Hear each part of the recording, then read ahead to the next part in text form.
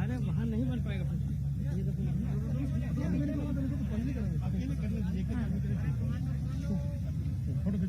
एक एक आदमी कर लेंगे डॉक्टर साहब करिए।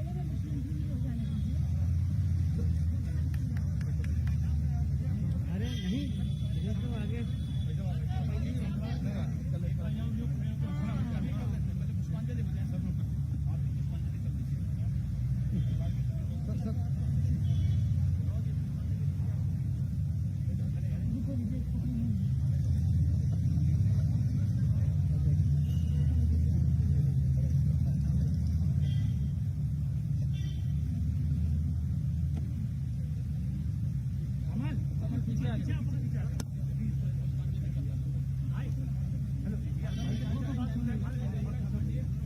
आप जाएंगे सर? आप जाएंगे आप लोग?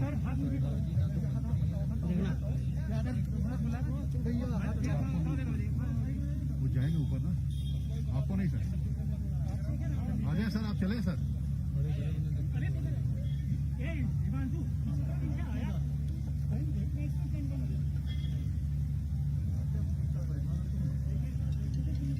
सर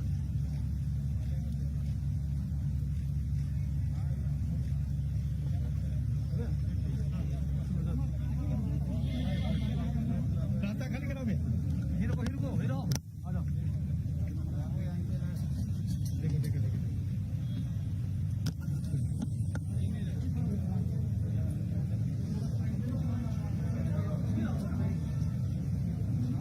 भीड़ मत जाने दीजिए अंदर को।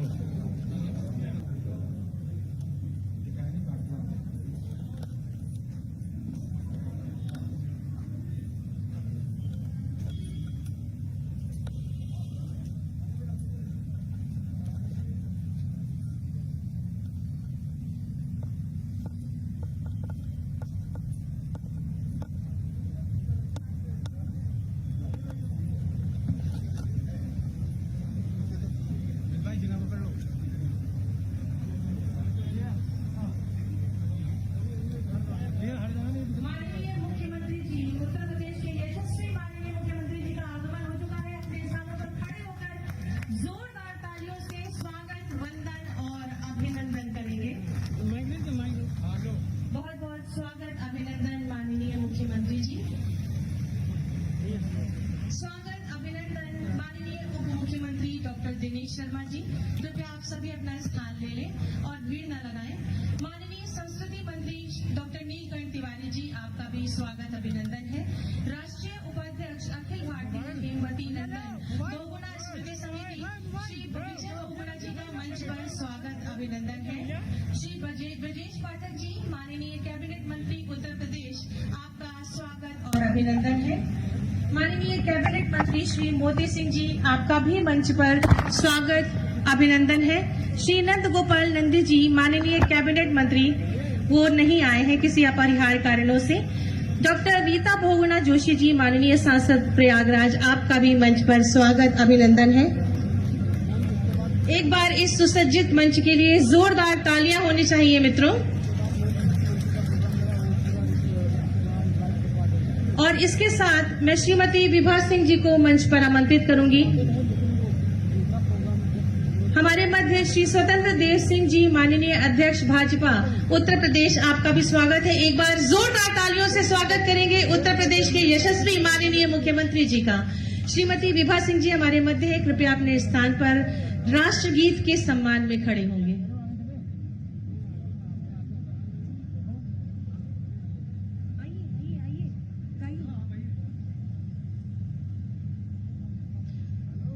वंदे मातरम, वंदे मातरम, सुजलाम सुफलाम मलयज शीतलाम शस्य श्यामलाम मातरम, वंदे शुभ्र ज्योत्स्ना पुलकित यामिनी, फुल्लकुसुमित द्रुमदल शोभिनी, सुहासिनी सुमधुर भाषिणी, सुखदां वरदां मातरं, वन्दे वंदे मातरम, वंदे मातरम। भारत माता की जय। बहुत बहुत धन्यवाद विभा जी। इसके बाद मैं श्री मयंक जोशी, महासचिव उत्तर प्रदेश बहुगुणा स्मृति समिति को मंच पर आमंत्रित करूंगी कि वे गणमान्य अतिथियों का स्वागत अंग वस्त्र के माध्यम से करें। हमारे प्रदेश के यशस्वी आदरणीय माननीय मुख्यमंत्री श्री योगी आदित्यनाथ जी का स्वागत और सम्मान।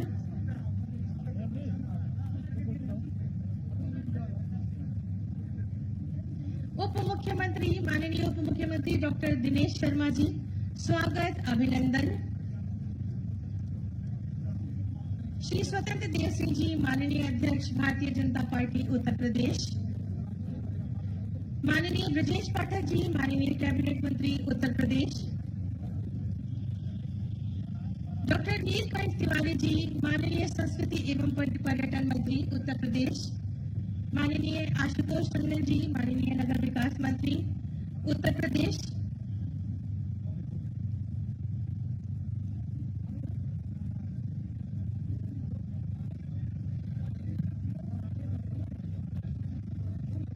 बहुत बहुत धन्यवाद। उत्तराखंड की क्षेत्रीय कला परंपरा में निर्मित अपनी चित्रकला कृति माननीय मुख्यमंत्री जी को प्रस्तुत करने के लिए डॉक्टर प्रेमा पांडे जी को मंच पर आमंत्रित करूंगी।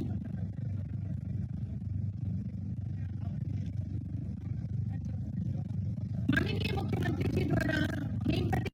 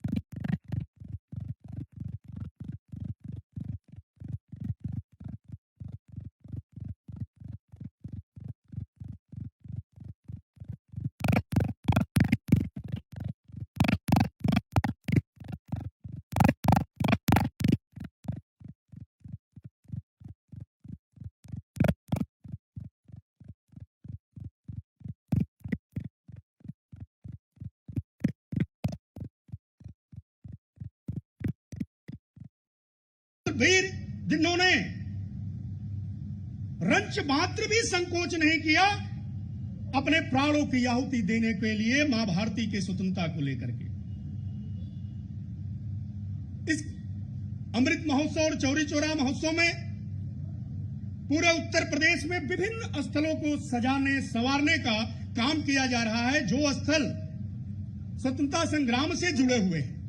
इसी तरह महान विभूतियां जो स्वतंत्रता से जुड़ी हुई रही, उनके भी प्रेरणा, उनके भी विचार जनता में और युवा पीढ़ी को पूरी तरह से जानकारी में आ सके, इस भाव को लेकर के अलग अलग उनके मूर्तियों को लगाना, उनके कार्यक्रमों, उन पर आधारित कार्यक्रमों को करना है। विभिन्न प्रकार के कार्यक्रम चल रहे हैं। उसी क्रम में सन 1942 से 46 के बीच में स्वातंत्र समर में अद्भुत योगदान देने वाले उस समय युवा पूज्य हेमंती नंगर बहुगुणा जी को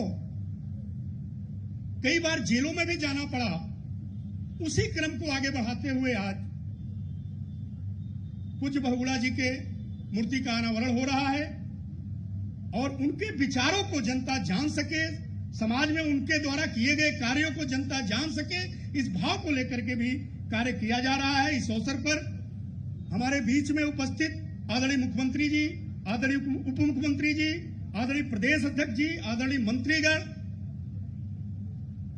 पूज्य बहुगुणा जी के परिवार से जुड़े हुए सभी सदस्यगण, सभी का, आए हुए भाइयों बहनों का, जनप्रतिनिधियों का, सबका मैं हृदय से अभिनंदन करता हूं, वंदन करता हूं। बहुत बहुत धन्यवाद। बहुत बहुत धन्यवाद, आभार माननीय। इसके बाद प्रख्यात स्वतंत्रता संग्राम सेनानी एवं पूर्व मुख्यमंत्री उत्तर प्रदेश स्वर्गीय हेमवती नंदन बहुगुणा जी पर एक वृत्त चित्र तैयार है। निवेदन करूंगी मंचासीन सभी महानुभावों से कृपया इस वृत्त चित्र पर अपनी एक दृष्टि डालकर इसका अवलोकन कर हमें कृतार्थ करें। कृपया डॉक्यूमेंट्री चला दी जाए।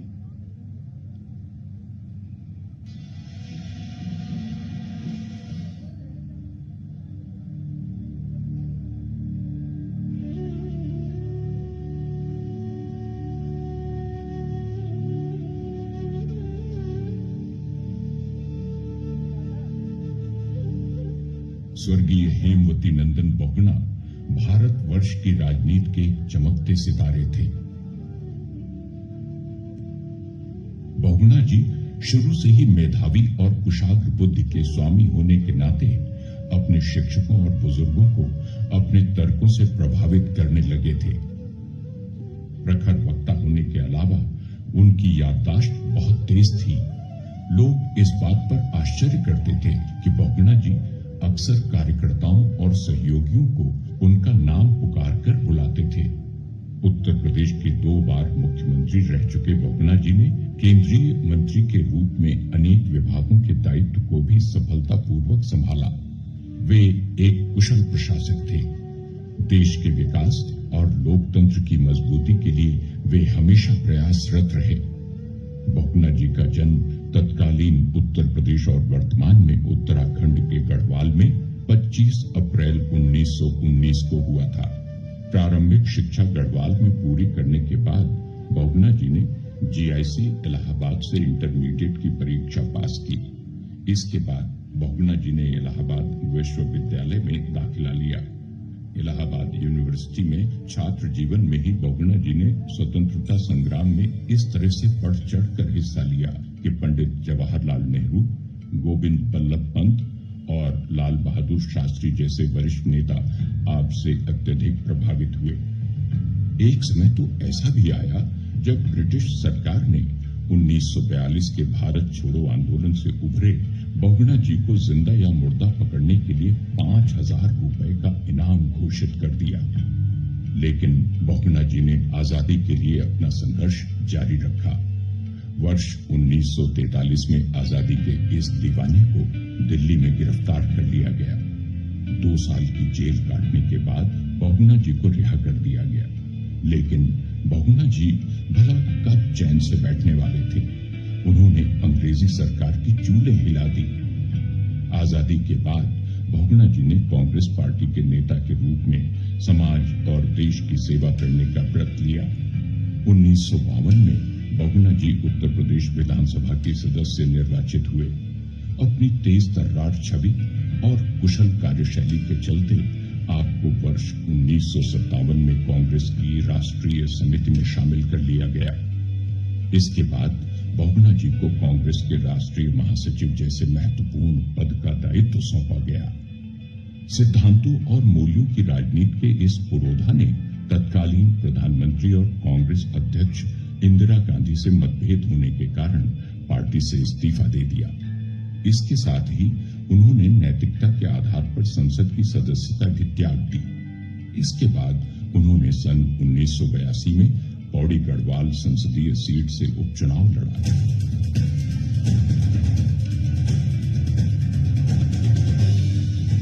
बहुगुणा जी को पराजित करने के लिए इंदिरा जी ने पूरी ताकत झोंक दी, लेकिन बहुगुणा जी ने इस उपचुनाव में ऐतिहासिक जीत दर्ज की।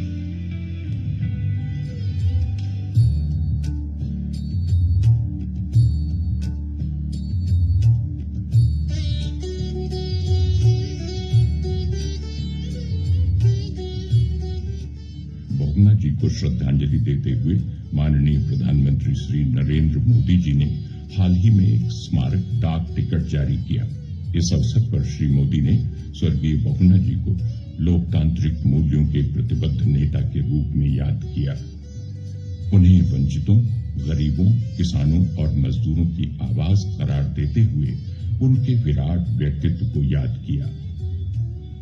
लोकतंत्र के प्रति उनकी प्रतिबद्धता का एक सबसे बड़ा उदाहरण था। वे स्वयं कांग्रेस में थे, मुख्यमंत्री थे, लेकिन उन्होंने जयप्रकाश जी को नहीं रोका। बहुगुणा जी के लिए लोकतंत्र का महात्मा था आरोप प्रत्यारोप की सीमाओं को में सिमट कर रहना और उसके आधार पर निर्णय करने के बजाय लोकतांत्रिक परंपराओं पर महत्व दे करके उन्होंने जयप्रकाश जी के कार्यक्रमों को सफल किया।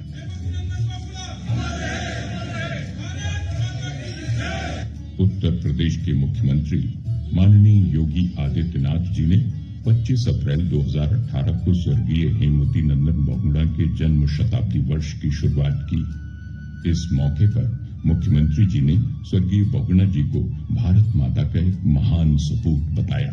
समाज को एक नई दिशा देने वाले, समय समय पर समाज के गरीबों, वंचितों, समाज के हर तबके की आवाज को एक नई बुलंद आवाज देने वाले स्वर्गीय बहुगुणा जी का जन्म 100 वर्ष का 1 वर्ष तक चलने वाले इन कार्यक्रमों के साथ किसी न किसी रूप में प्रदेश सरकार को भी और प्रदेशवासियों को भी जोड़े जाने की आवश्यकता है। श्री योगी ने कहा कि बहुगुणा जी एक महान राष्ट्रभक्त, राजनेता और समाज सेवी थे। गरीबों, शोषितों और वंचितों के लिए उन्होंने जो संघर्ष किया उसे हमेशा याद रखा जाएगा। स्वर्गीय बहुगुणा जी को उनकी पत्नी स्वर्गीय कमला बहुगुणा जी ने समाज सेवा और राजनीति के क्षेत्र में भरपूर सहयोग दिया। कमला जी ने लोकसभा में फूलपुर संसदीय क्षेत्र का प्रतिनिधित्व किया। पत्नी के रूप में तो ये थी कि मैंने उनको परिवार के सब बंधनों से एक तरीके से मुक्त कर, उनको उलझन में नहीं डालती थी। किसी पारिवारिक समस्या को लेके उनको उलझन में नहीं डालती थी, वो मैं खुद ही सॉल्व करती रहती। दूसरा, उनके राजनीतिक जीवन का जो बेस था इलाहाबाद, वहाँ मैंने इतना काम करना शुरू कर दिया था कि उनको वहाँ से काफी छुट्टी मिल गई और वो प्रदेश के और देश के काम में। बहुगुणा जी की राष्ट्र सेवा और समाज सेवा के व्रत का पालन उनके दोनों सुपुत्र श्री विजय बहुगुणा और श्री शेखर बहुगुणा तथा सुपुत्री श्रीमती रीता बहुगुणा जोशी पूरे समर्पण के साथ कर रही हैं। श्री विजय बहुगुणा जी इलाहाबाद उच्च न्यायालय और महाराष्ट्र उच्च न्यायालय के न्यायाधीश तथा उत्तराखंड के मुख्यमंत्री रहे।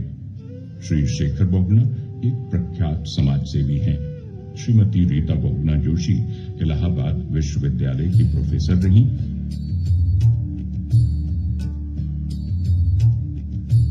आप बालिकाओं और महिलाओं के उत्थान और कल्याण तथा प्रदेश में पर्यटन विकास के लिए निरंतर प्रयत्नशील हैं। मेरे पिता का स्वाभिमान का गुण मैं समझती हूँ मेरे जीवन की सबसे बड़ी धरोहर है। उनकी कलम जब भी चली, वो चली उन लोगों के लिए जिसको राष्ट्र में आवश्यकता थी। जो पिछले ये डॉक्यूमेंट्री, बहुत बहुत धन्यवाद, एक बार जोरदार तालियां होनी चाहिए। इसके पश्चात मैं माननीय पूर्व न्यायाधीश उच्च न्यायालय, माननीय पूर्व सांसद एवं पूर्व माननीय मुख्यमंत्री उत्तराखंड श्री विजय बहुगुणा जी से निवेदन करूंगी कि कृपया यहाँ पर पधारें और अपने संबोधन से हमें कृतार्थ करें।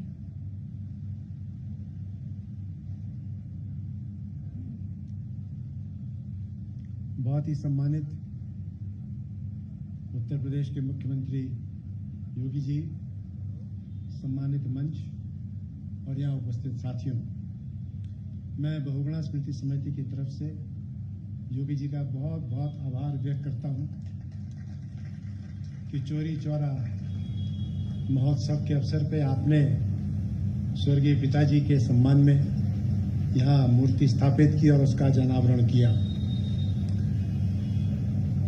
उनके बारे में उत्तर प्रदेश के लोग बहुत चीज़ें जानते हैं, लेकिन आज 12 अगस्त है योगी जी। 12 अगस्त 1942 को इलाहाबाद यूनिवर्सिटी में स्टूडेंट्स यूनियन से एक जुलूस निकला जिसका पिताजी नेतृत्व कर रहे थे, और जब वो आगे गया तो कलेक्ट्रेट में फायरिंग हुई और लाल पद्मधर को गोली लगी, जो लाल पद्मधर शहीद हुए, और फिर पिताजी को अंडरग्राउंड होना पड़ा, और अंडरग्राउंड में 5,000 रुपए का उन पे जिंदा मुर्दा इनाम घोषित किया गया। और वो गिरफ्तार पता कब हुए, क्यों हुए? दिल्ली में हुए। वो और बीजू पटनायक क्वीन विक्टोरिया की स्टैच्यू को तोड़ने जा रहे थे, तब उस वक्त बीजू पटनायक जी और पिताजी गिरफ्तार हुए। एक युवा नेता के रूप में, एक किसान नेता के रूप में, और ट्रेड यूनियन के वो प्रेसिडेंट थे, आइनटक के थे। तो सारा जीवन उन्होंने अपना जनता के बीच में बिताया, और आज जो प्रेम मिल रहा है, जो उसको सम्मान मिल रहा है, ये दिखाता है कि अगर हम सही मार्ग पे चलें और अपना हित बाद में सोच करके समाज और देश का हित पहले समझे, तो ये देश, ये प्रदेश भूलेगा नहीं, आपको याद रखें। हम आपको बधाई देते हैं योगी जी। इस महामारी में, कोविड में, जिस तरह से आपने कवच कुंडल का ढाल अपने पर लगा करके यहाँ के क्षेत्रवासियों के, प्रदेशवासियों की रक्षा की है, यह सदैव स्मरण किया जाएगा। इतना बड़ा प्रदेश करोड़ों का, इतने बड़े तो देश यूरोप में नहीं है, लेकिन कोविड ने जो है, आप समझ गए कि यहाँ योगी है, यहाँ छोड़ो, आगे चलो। जिस तरह से आपने यहाँ पे विकास कर रहे हैं आप, आर्थिक विकास, इतना बड़ा रिसेशन है, फिर भी जब मैं उत्तर प्रदेश की जीडीपी देखता हूँ, विकास दर देखता हूँ, तो बड़ी प्रसन्नता होती है कि हमारे यशस्वी मुख्यमंत्री इस प्रदेश को खाली स्वास्थ्य के क्षेत्र में नहीं, आप इस क्षेत्र को विकास के दृष्टिकोण से भी आगे ले जा रहे हैं। हम तो उत्तराखंड से आते हैं, और केदारनाथ और बद्रीनाथ का आशीर्वाद आपके साथ है, सदैव बना रहे। और हम देवभूमि के लोगों को बड़ी प्रसन्नता होती है कि पंत जी, तिवारी जी, पिताजी और आप 4 लोगों ने देवभूमि से आकर के इस प्रदेश को अपना नेतृत्व दिया, मार्गदर्शन दिया, और हम सब आपके बहुत कृतज्ञ हैं, आभारी हैं। आपका समय बहुत अमूल्य है, आपको बाढ़ पीड़ित क्षेत्रों का दौरा करने जाना है। मैं इन्हीं शब्दों के साथ धन्यवाद आपका करूंगा कि आप राजनीतिक संत हैं, आप समाज को जो दिशा दे रहे हैं, प्रदेश को जो दिशा दे रहे हैं, उससे लोगों को प्रेरणा मिलेगी, और आने वाले कई समय तक आप यहीं रहेंगे, और जो बाकी लोग जो मुंगेरी लाल के सपने देख रहे हैं, वो वहीं रहेंगे जहां विधानसभा में बैठे हैं। आप सबका बहुत बहुत धन्यवाद। जय हिंद, भारत माता की। बहुत बहुत धन्यवाद सर। मैं अति आदर के साथ उत्तर प्रदेश के यशस्वी माननीय मुख्यमंत्री जी से निवेदन करूंगी कि अपने आशीर्वचनों से हमें अनुग्रहित करें, अभिसिंचित करें। एक बार जोरदार तालियां माननीय मुख्यमंत्री जी के लिए।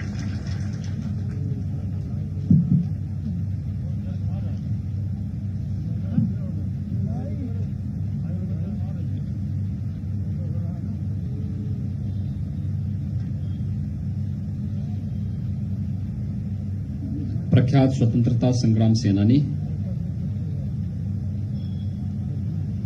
प्रदेश के पूर्व मुख्यमंत्री स्वर्गीय हेमवती नंदन बहुगुणा जी के प्रतिमा अनावरण के आज के इस कार्यक्रम में उपस्थित उत्तराखंड के पूर्व मुख्यमंत्री माननीय श्री विजय बहुगुणा जी, आज के इस समारोह में उपस्थित भारतीय जनता पार्टी के प्रदेश के अध्यक्ष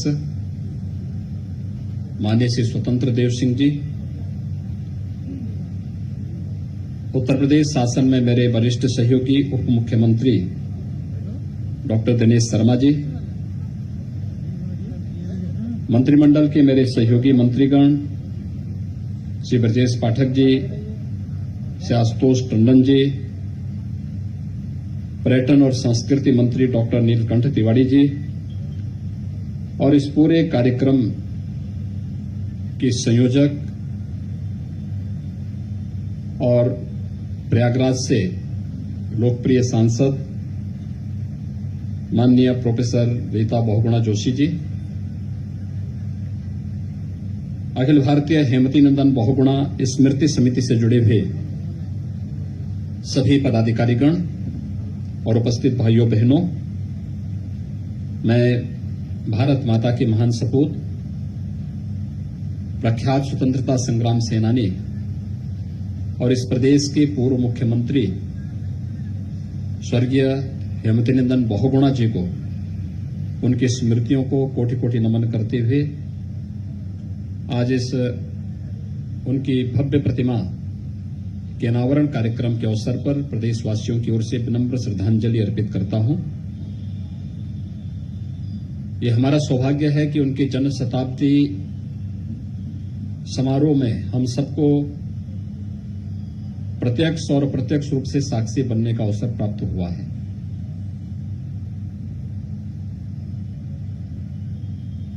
उनकी पुत्री और मंत्रिमंडल में मेरे सहयोगी रही, इस समय लोकप्रिय सांसद के रूप में प्रयागराज की जनता की सेवा कर रही हैं, प्रोफेसर रीता बहुगुणा जोशी जी ने 2018 में शताब्दी समारोह कार्यक्रम का शुभारंभ किया था और उस समय इस बात के लिए मैंने स्वयं इस बात का ऑफर किया था कि बहुगुणा जी का व्यक्तित्व हिमालय की तरह विराट था और उनकी प्रतिमा लखनऊ में कहीं दिखाई नहीं देती है।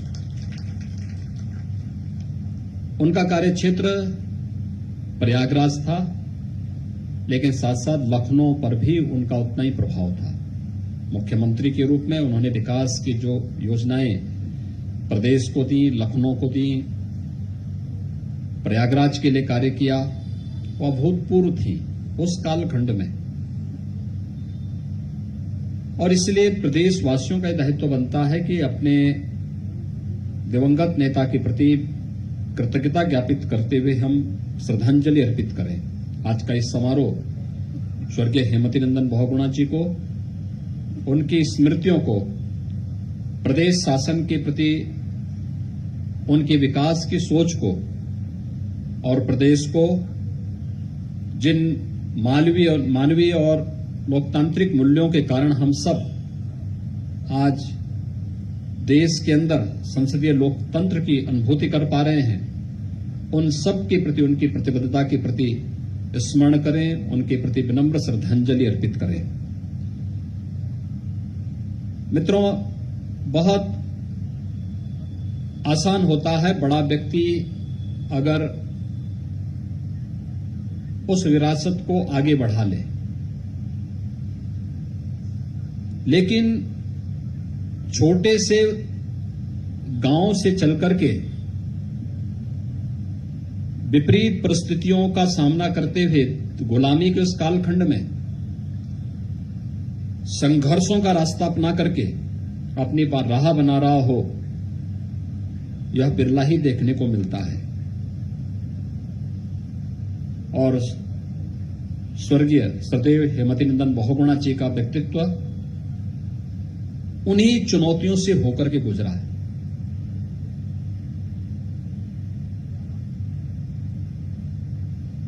उत्तराखंड के छोटे से गांव में, यानी जहां पर आज भी दुर्गम पहाड़ियां हैं,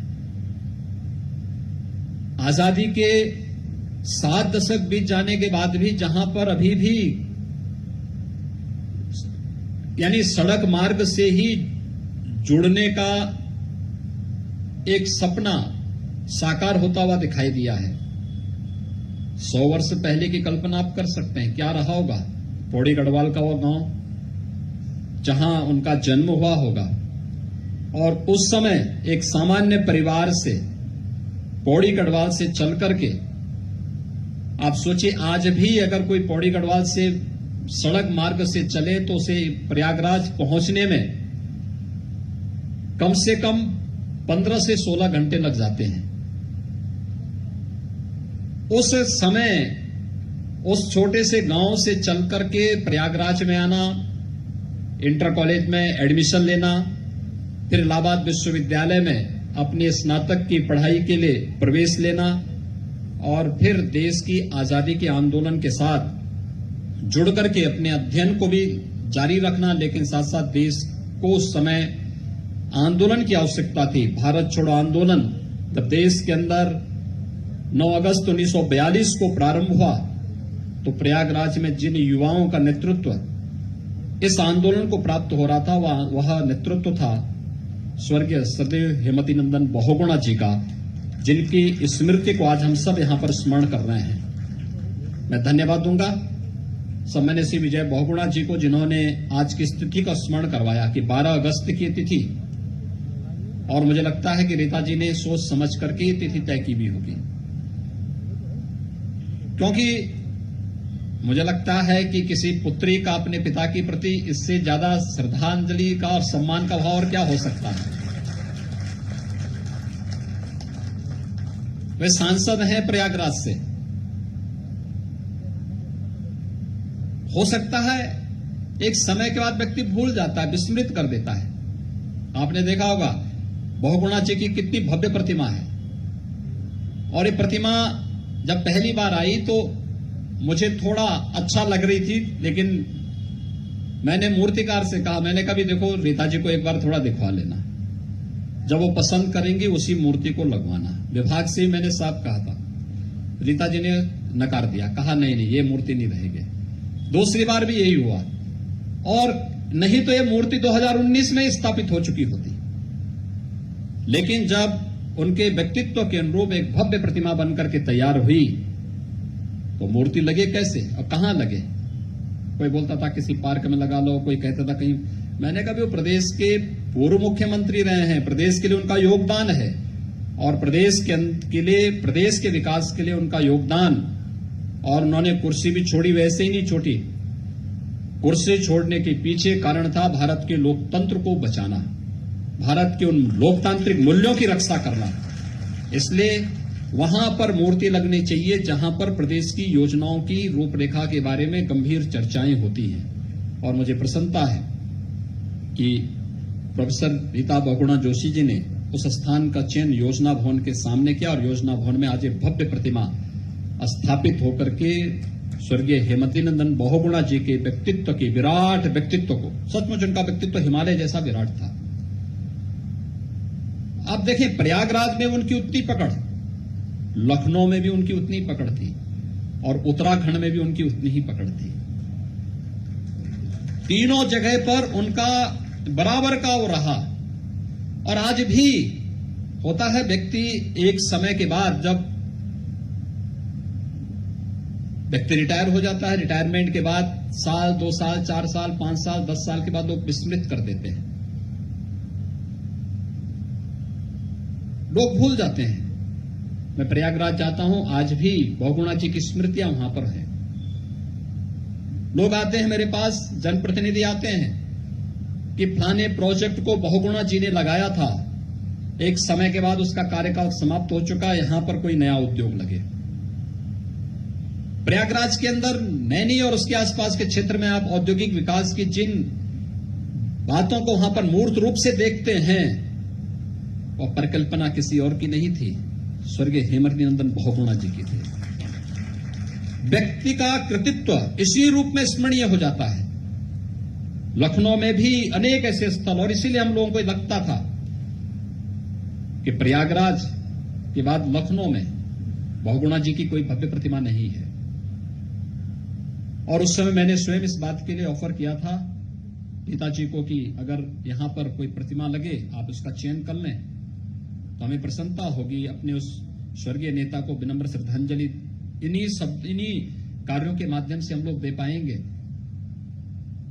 उत्तराखंड में भी आप देखेंगे बहुगुणा जी के बारे में हर व्यक्ति जानता। आज भी इतने वर्षों के बाद भी हर एक व्यक्ति के मानस में स्वर्गीय हेमवती नंदन बहुगुणा जी की स्मृतियां बनी हुई है।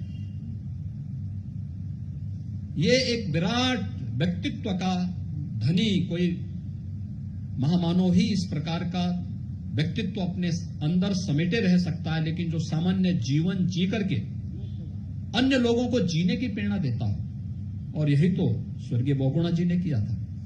और आज हम सब का सौभाग्य है कि हमें स्वर्गीय बहुगुणा जी को आज उनकी प्रतिमा अनावरण के इस कार्यक्रम के अवसर पर विनम्र श्रद्धांजलि अर्पित करने का अवसर प्राप्त हो रहा है।